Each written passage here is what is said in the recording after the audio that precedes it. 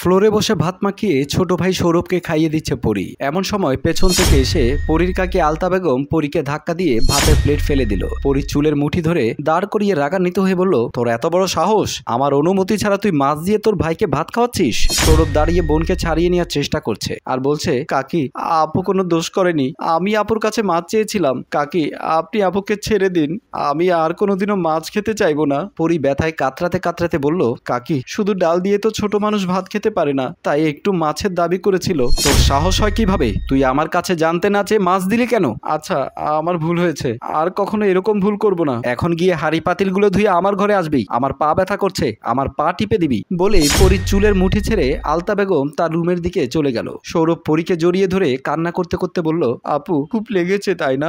আমি কথা দিচ্ছি এখন থেকে আমি ডাল দিয়ে ভাত খাবো, আর কখনো মাছ খেতে চাইবো না। পরী ফ্লোরে পড়ে থাকা প্লেটটি তুলে ফ্লোরে ছড়িয়ে ছিটিয়ে থাকা ভাতগুলো তুলতে লাগলো আর দু চোখের পানি মুছছে। পরী থালা বাসন ধুয়ে রান্নাঘর থেকে বের হয়ে আলতা বেগমের রুমে ঢুকলো। আলতা বেগম শুয়ে আছে। পরী রুমের ভেতর ঢুকে বিছানার কাছে দাঁড়িয়ে বলল, কাকি কোন পা টিপে দেবো? মানে কি বললি তুই? দু পা ভালো করে টিপে দে। পরী বিছানার পাশে বসে আলতা বেগমের পা টিপতে লাগলো। এমন সময় আলতা বেগমের মেয়ে ঝুমুর আলতা বেগমের রুমের ভেতরে ঢুকতেই দেখতে পেল পরী প্রতিদিনের মতো আজও তার মায়ের পা টিপে দিচ্ছে।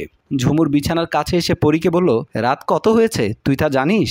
আপু 12টা বাজে, এখনো ঘুমাতে যাসনি কেন? কাকির পা ব্যথা করছে তাই একটু টিপে দিচ্ছি, তারপরে ঘুমাতে যাব। আম্মা পা ব্যথার ওষুধ খেলেই তো হয়, শুধু শুধু পরীকে কষ্ট দিচ্ছ কেন? ওকে তো আবার ফজরের সময় উঠতে হবে, সবার জন্য নাস্তা বানাতে হবে। আলতা বেগম শোয়া থেকে উঠে বসে বলল, উঠতে হলে উঠবে, সমস্যা কোথায়? আর একটু সময় পা টিপে তারপরেও ঘুমাতে যাবে। আর তুই এত রাতে আমার রুমে এসেছিস কেন?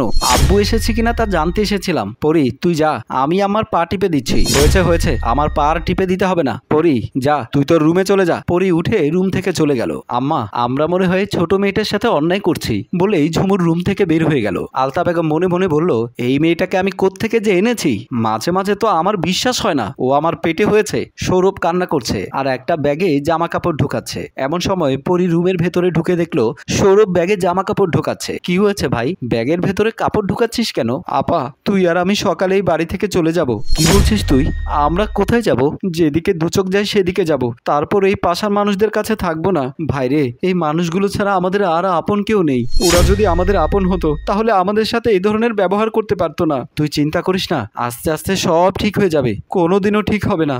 আমাদের বাবা মা নেই বলেই ওনারা তোমাকে দিয়ে দিনরাত কষ্ট করায়, তোমাকে আর আমাকে ডাল ভাত ছাড়া ভালো কোনো খাবার দেয় না। তার চেয়ে চলো আমরা বাহিরে কোথাও গিয়ে থাকবো, তুমি বাসায় থাকবে আর আমি কাজ করে তোমাকে খাওয়াবো। ছোট ভাইয়ের মুখে এমন কথা শুনে পরীর চোখে পানি ছলছল করছে। সৌরভকে জড়িয়ে ধরে বলল, ভাই তুই অনেক ছোট, আর একটু বড় হলেই তোকে নিয়ে আমি অন্য কোথাও চলে যাব।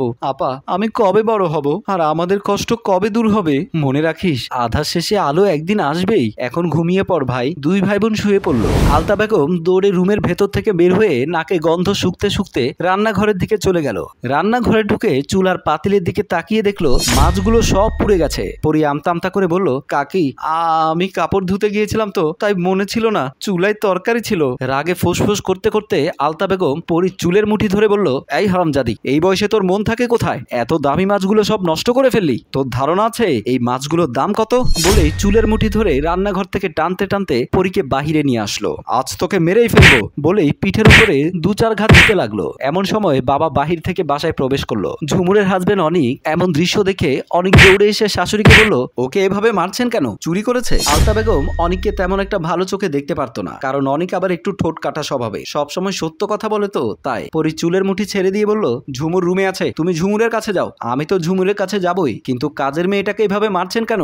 অনিকের মুখে কাজের মেয়ে কথাটি শুনে পরি ভীষণ কষ্ট পেল। এমন সময় ঝুমুর রুম থেকে বেরিয়ে এসে বলল, অনিক তোমাকে আমি অনেকবার বলেছি ও এবারের কাজের মেয়ে নয়, ও আমার ছোট কাকার মেয়ে। ওর বাবা মা রোড অ্যাক্সিডেন্টে মারা যাওয়ার পর থেকেই ওরা আমাদের কাছেই থাকে। অনিক বলল, তাই? আলতা বেগম বলল, হ্যাঁ তাই, অন্যায় করেছে তাই মারছি। আম্মা আপনি হয়তো জানেন না, ছোট বাচ্চাদের গায়ে হাত দেওয়া কিন্তু মারাত্মক অপরাধ। আর পরি যেহেতু আপনাদের আত্মীয় হয় তাই মারধর না করে একটু বুঝিয়ে শুনিয়ে তো নিতে পারতেন। আলতা বেগম রাগান্বিত হয়ে বলল, ঝুমুর অনেককে নিয়ে তুই তোর রুমে যা। আমি রুমে গেলেই কিন্তু সব সমস্যার সমাধান হবে না। তুমি কোন কোন সমস্যার সমাধান করেছো জীবনে? 2 বছর হলো ঝুমুরকে বিয়ে করে বাবার বাড়িতে রেখে গিয়েছো, এখনো নিজের বাড়িতে উঠাতে পারছো না। কথা আপনি মিথ্যে বলেননি, কিন্তু ঝুমুরকে কেন এখনো আমাদের বাড়িতে নেইনি তার কারণটা কিন্তু আপনি। আমি মানে আজ থাক না, আরেকদিন সুযোগ হলে কথাটা বলবো। চলো ঝুমুর, রুমে চলো। পরি রান্নাঘরের দিকে চলে গেল। আলতা বেগম ভাবনায় পড়ে গেল। সন্ধ্যায় ড্রয়িং রুমে ঝুমুরের বাবা জব্বার আলী উত্তেজিত হয়ে বসা থেকে দাঁড়িয়ে বলল, অনিকের এত বড় সাহস, ও তোমার সাথে বেয়াদবি করে। ঝুমুর আর অনিককে ডাক দাও। বিছানায় পাশাপাশি বসে অনিক ও ঝুমুর গল্প করছিল। হঠাৎ অনিক ড্রয়িং রুমে শ্বশুরের চেঁচামেচির শব্দ শুনে ঝুমুরকে বলল, কি ব্যাপার, বাবা মনে হয় চেঁচামেচি করছে, চলো তো গিয়ে দেখে আসি কি হয়েছে। ঝুমুর বলল, তুমি বসো তো, চেঁচামেচি করলে করুক। এমন সময় পরি রুমের ভেতরে ঢুকে বিছানার কাছে এসে বলল, আপু ভাইয়া, আপনাদের কাকা কাকি ডাকছে। অনেক ঝুমুর আর কোনো কথা না বলে বিছানা থেকে নেমে রুম থেকে বের হয়ে গেল।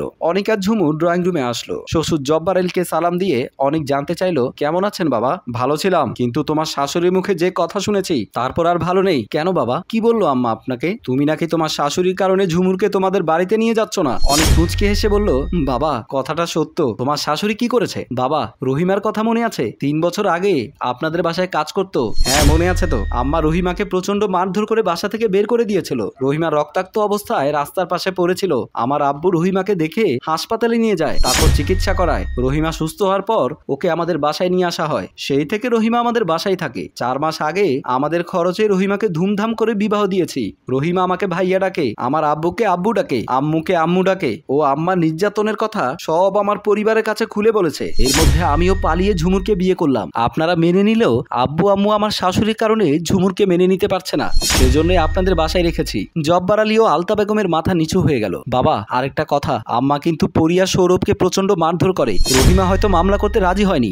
আপনি আম্মাকে নিষেধ করে দেবেন। মা বাবা হারা এতিম ছেলে মেয়ে দুটোকে মারধর করলে আমি কিন্তু আম্মার নামে মামলা করতে বাধ্য হব। ঝুমুর চলো বেডরুমে যায়, কাপড় চোপড় গুছিয়ে নাও, আগামীকাল সকালে আমরা এই বাসা থেকে চলে যাব। বলেই ঝুমুর অনেক ড্রয়িং রুম থেকে চলে গেল। রাতে জব্বার আলীর একটা শার্ট ইস্ত্রি করছিল পরি, ভুলবশত শার্টটা পুড়ে যায়। পোড়া গন্ধ শুকে আলতা বেগম দৌড়ে এসে পরীকে চর থাপ্পড় মারতে লাগলো। সৌরভ দৌড়ে এসে আলতা বেগমের পা ধরে বলল, কাকি আপুকে আর মারবেন না, আমরা সকালে আপনাদের বাসা ছেড়ে চলে যাব।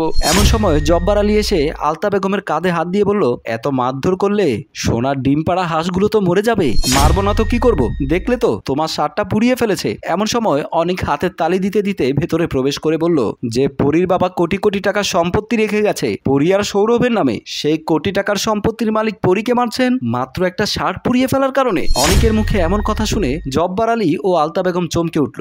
অনেক মুচকি হেসে বলল, বাবা আপনি ঠিকই বলেছেন, ওরা দুই ভাই বোন তো আপনাদের কাছে সোনার ডিম পাড়া হাঁস। জব্বার আলী আমতা আমতা করে বলল, তুমি এসব কি বলছো বাবা? বাবা আমি যেটা সত্য সেটাই বলেছি। আমার এক উকিল বন্ধু আমাকে সব কিছুই বলল।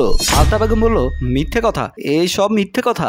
না আম্মা, এসব সত্য কথা। ওদের আপনারা আপনাদের বাসায় রেখেছেন, খাওয়াচ্ছেন, পড়াচ্ছেন, বিনিময়ে কাজ করাচ্ছেন, মারধরও করছেন, প্ল্যান করে রেখেছেন। ওদের 18 বছর হলেই ওদের কাছ থেকে সমস্ত সম্পত্তি আপনারা আপনাদের নামে লিখে নেবেন। কিন্তু এটা ভুলে গেছেন, বাপ কখনো বাপকেও ছাড়ে না। আপনাদের উচিত ছিল এই এতিম ছেলে মেয়ে দুটোকে পড়া শেখানো। ঝুমুর বাসার ভেতর থেকে ব্যাগ নিয়ে বের হয়ে বলল, চলো আমরা আর এখানে থাকবো না। সৌরভ ঝুমুরকে ঝরিয়ে ধরে বলল, আপু তুমি আমাদেরও তোমার সাথে নিয়ে যাও, তুমি চলে গেলে ওরা আমাদের মেরে ফেলবে। তোরা আমাদের সাথেই যাবি, আর আব্বু আম্মু 2 দিনের মধ্যে ওদের সম্পত্তি বুঝিয়ে দেবে, তা না হলে ওদের নিয়ে আদালতে যেতে বাধ্য হব। চলো সবাই। বাসা থেকে সবাই বের হয়ে গেল। জব্বার আলী আলতা বেগমের গালে কষে চর বসিয়ে দিয়ে বলল, লেবু বেশি চিপলে যে তিতা হয়ে যায়, এখন বুঝতে পেরেছো? বারবার বলেছি ওদের মারধর করো না, মারধর করো না। এখন আম ছালা দুটোই হারাতে হলো। আলতা বেগম গালে হাত দিয়ে কান্না করতে লাগলো। জব্বার আলী টেনশনে অস্থির হয়ে গেল। প্রিয় ভিউয়ার্স, আপনি যেমন কর্ম করবেন তেমন ফল পাবেন। ভালোবেসে দেখুন, ভালোবাসাই পাবেন। গল্পটি ভালো লাগলে লাইক কমেন্ট ও শেয়ার করুন। গল্পটি রচনায় ফেরদৌস অপু, প্রযোজনায় মঞ্জুর মোর্শেদ, পরিচালনায় রেজাউল কবির চৌধুরী।